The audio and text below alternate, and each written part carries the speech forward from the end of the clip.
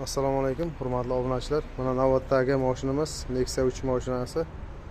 Pechkasi akamiz yaxshi ishlamayapti, qizdirmayapti degani uchun polni suv sistemasini yuvyapmiz. Ichidan chiqayotgan musorlarni birgalikda kuzatamiz. Bismillah. Hozir qo'shdik. Davlini juda ham katta.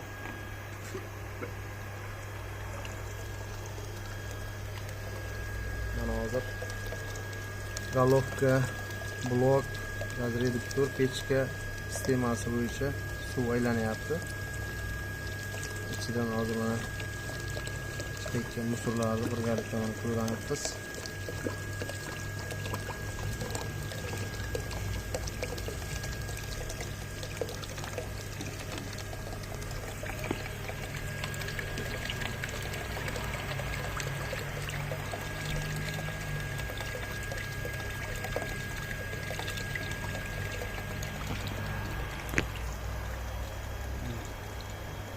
Davulni juda katta ko'rsatyapti.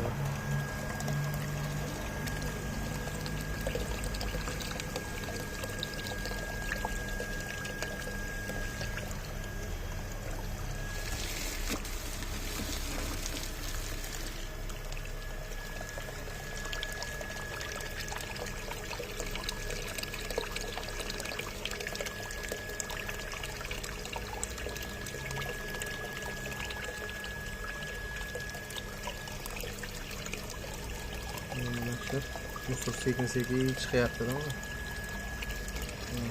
Pechkani ichiga mana shunday zang qo'yilib ketgan. Shuni evaziga suv yurmagan, issiqlik bermagan. Musor.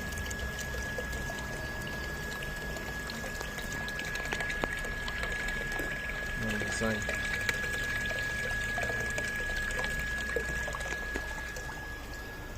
Unga mana shunday suv sistemasida muammo bo'layotgan bo'lsa, bemalol kelishlaringiz mumkin. Tepada ko'rsatilgan telefon nomerlarimizga telefon qilib, adresimiz Sherobod shahar bozoridan kelishda yangi balnisaga buriladigan ko'prik, daryoning ko'prigi, svetoforlar ro'parasiga ustaxonamiz joylashgan.